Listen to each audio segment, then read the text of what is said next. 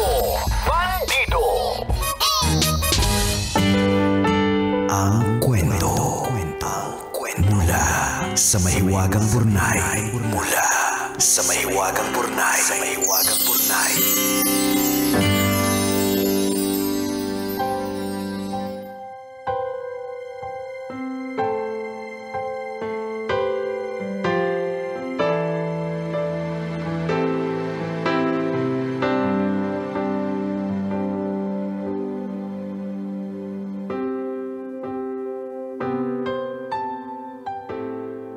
Dear kumikinang na tambalang Nicole Yala at Diego Bandido. Magandang araw po sa inyo. Ako po si Jack, 28 years old, may asawa at may mga anak. Matagal na po ako nakikinig sa inyo kaya ngayong naiirita ako ng slight, naisip kong dito ko na lang din ilabas. Hindi naman talaga tungkol sa akin ang sulat na ito pero dahil na palapit na sa akin, ako na ang nababahala. So in other words, chismis. Marites. Ganito po kasi, may 2 taon ng karelasyon yung hipag ko na nakilala niya sa isang dating app. Mula nang maging sila, lampas 10 babae na ang naging karibal niya. May isang beses nga na sa sobrang pagkawasak niya, naglasing sa bahay. Habang umiiyak, sinabi niya sa akin na gusto lang naman niyang mahalin siya ng totoo. Sagot ko, deserve naman niya pero malabong mangyari kasi paulit-ulit naman niyang pinipili yung taong lagi siyang sinasaktan. Sinabihan ko pa na kumalas na hanggang hindi pa siya naanakan. Hindi ako pinakinggan. Nabuntis 3 buwan bago graduate ng college. Cum laude pa naman. Hindi ko maubos maisip kung bakit ang talino sa klase pero ang tanga sa pag-ibig. Aray naman! Ang sakit ha? Sakit ha? Grabe siya. Nang malaman ng biyenan ko na buntis ang hipag ko, normal lang ang reaksyon niya. May bagong apo daw sila. Walang pagtatanong, walang pag-aalala, walang plano. Samantalang parehong walang trabaho yung nagkabuntisan. Naku po. Ngayong may parating na apo, sino ang gagastos? Pre-check-ups, panganganak, diaper, gatas, vitamins. Wala ni isa sa kanila ang naghahanda para sa parating na bata. Hindi lang yata dapat handa sa pagmamahal. Dapat handa din sa responsibilidad, sa sakripisyo at sa pagiging mga magulang. Nagkausap kami ng hipag ko at tinanong ko kung paano kapag nambabae ulit ang boyfriend niya. Simula daw nang mabuntis siya, yung lalaki na daw ang naghahabol. Sinabihan daw niya na kapag nambabae ulit, hindi daw siya kawalan sa buhay. Nambabae nga ulit, Nako. pero parang walang nangyari. Sweet pa din siya sa lalaki niya, walang paglayo. Welcome pa din at parang VIP guest pa sa bahay. Kamakailan lang tinanong ng nanay niya yung asawa ko kung dapat daw bang pakasalan ng boyfriend niya yung hipag ko.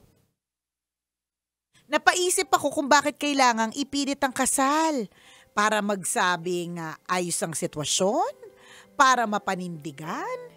Nakalimutan yata nila na hindi fairy tale yung love story ng kapamilya nila. Lalong hindi rin eksena sa pelikula. Walang magic yung singsing. Hindi sapat ang I do para gawing responsableng ama ang isang babaero. Sa dulo, hindi lang yung babae ang masasaktan. Ang pinakatalo dito, yung batang wala namang kamalay-malay. Salamat sa pagkakataong mailabas ko ang nararamdaman ko sa sitwasyong ito. Baka naman may listener dyan na katulad ng hipag ko, sana matuto siya dito.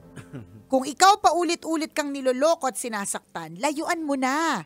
Doon ka sa taong pipiliin ka araw-araw. Ang inyong kumikinang na tagapakinig, Jack. Jack! Jack! Hay nako. Gets naman namin kung bakit nagmarites ka ng buhay ng iba. Affected ka dito. Ramdam namin. Actually, hindi nga ako makakip up sa mga new notes ko eh. Correct. Ang daming detalye. ang daming nangyayari. Ang daming hanas eh. Pero one thing's for sure, babaero ang jowa ng hipag mo. And one thing's for sure, ang pinaka talagang maapektuhan ng matindi dito ay yung magiging anak. Ayan. And one thing's for sure also, na kahit papano at least nandyan ka na medyo matino ang pag-iisip, 'di ba? Na Sa ngayon. Hopefully hindi ka. Buisit ka na eh. Kaya nga, pero at least yung buisit niya, Jegs, parang papunta dun sa paano ba natin aayusin. Sana nandun ka. Hindi yung buisit ka lang pero wala kang gagawin. Or buisit ka lang pero minamarites mo lang sa amin, 'di ba? Sana buisit ka at yung fire will serve as fuel, 'di ba? Yung inis mo ay magsisilbing mitsa para meron kang gawin para hindi na mapahamak yung magiging anak in the future. Yeah. Well, kung sa patangahan lang sa pag-ibig, may mga season din sa buhay meron, natin yan. Correct. Lahat po tayo Nicole nagiging Liala! ganyan. Ay, teka lang. Aling doon? Sino sa kanila? Ay, nako, nakakaloka. Totoo yun. Kung sa patangahan lang at yung sinasabi mong matalino pero tanga sa pag-ibig, madaming ganyan. Ay, nako. Madaming nakatutok sa atin na ganyan. Yung kakilala ko nga. Ito na! Ang kakilala ni Nicole Liala! Kapit! Kapit! Mga kakilala! Spluk ko na sila. Itong kakilala ko, Jegs, lawyer. Ay? Hindi lang basta lawyer. Oh. Nag-aral pa na accountancy. So, CPA Ay, lawyer. Grabe na yan. Pero wag ka, Jegs. Una, alam na nga niyang may asawa.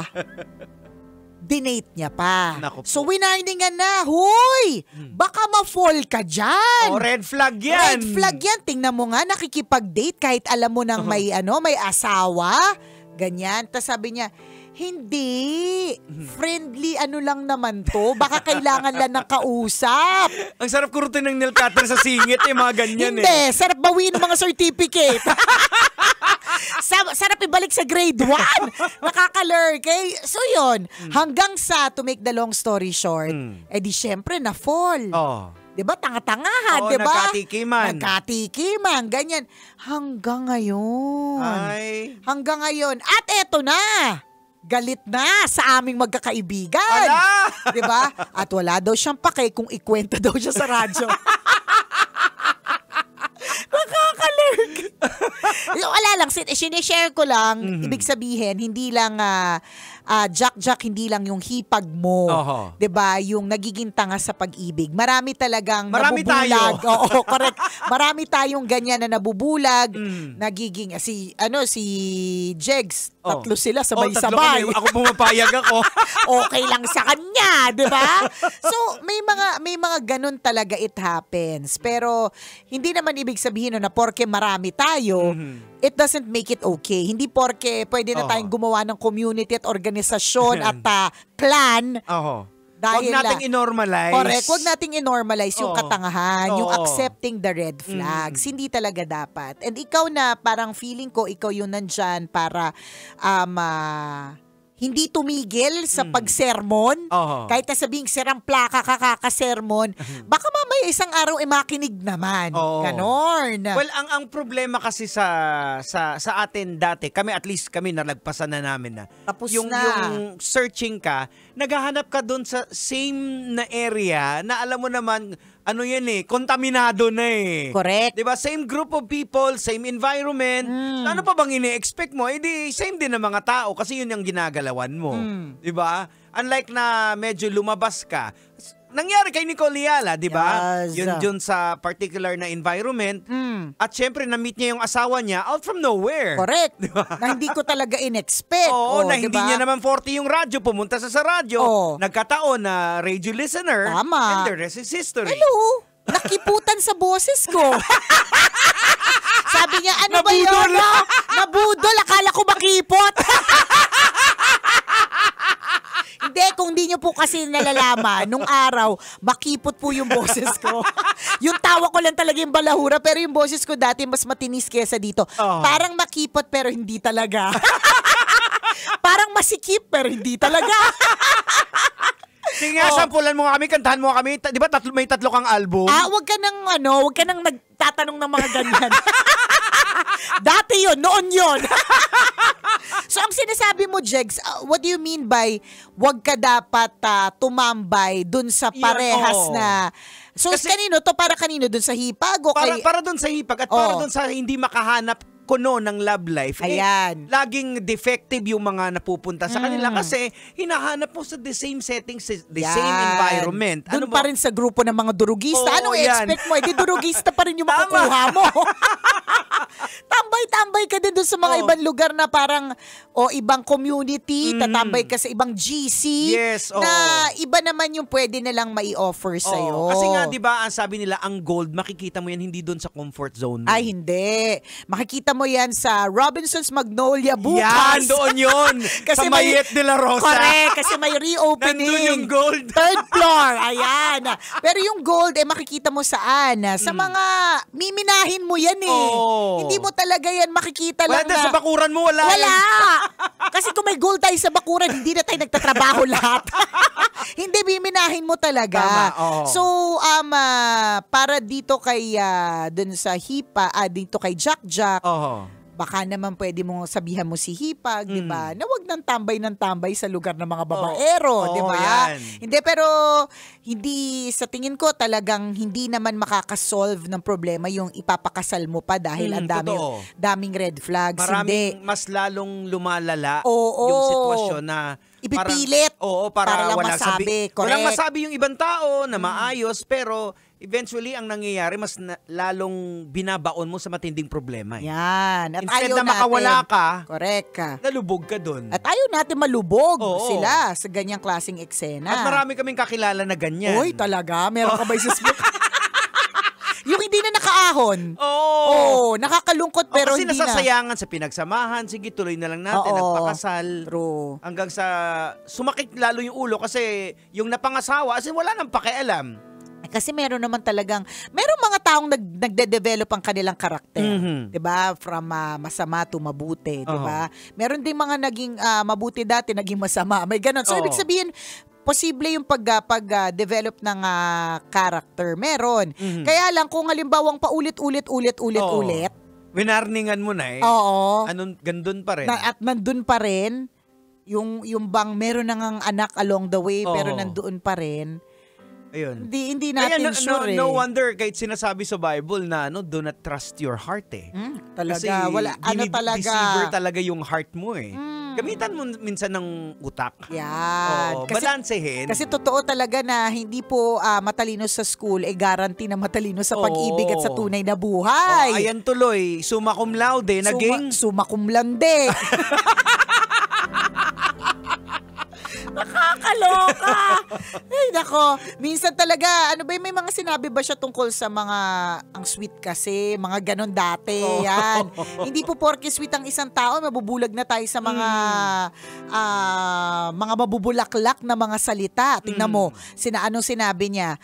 Ngayon na may magkakaanak na. Yan. Hindi na ako mambababae ulit. Ito din yung, di ba, cum laude, ito din yung kasabihan natin na palagi, pag emosyon talaga yung pinairal mo, yung intellectual nawawala Correct. Ang baba na talaga ng intellectual. Ganon. I think kailangan mas paliwanagan pa si Hipag na ang desisyon na gagawin niya ay hindi na lang para sa kanyang sarili.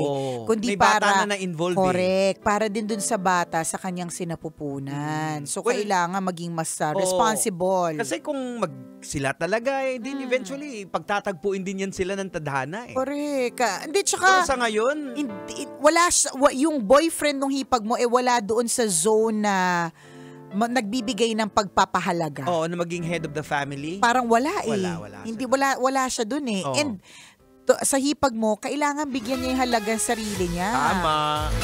Siya ang oras natin, 1:39 na. Ako pong kumikinang na ulo, Diego Bandido. At akong kumikinang ina mo, Nicole Yala. Kailangan pa bang i-memorize yan? Basic!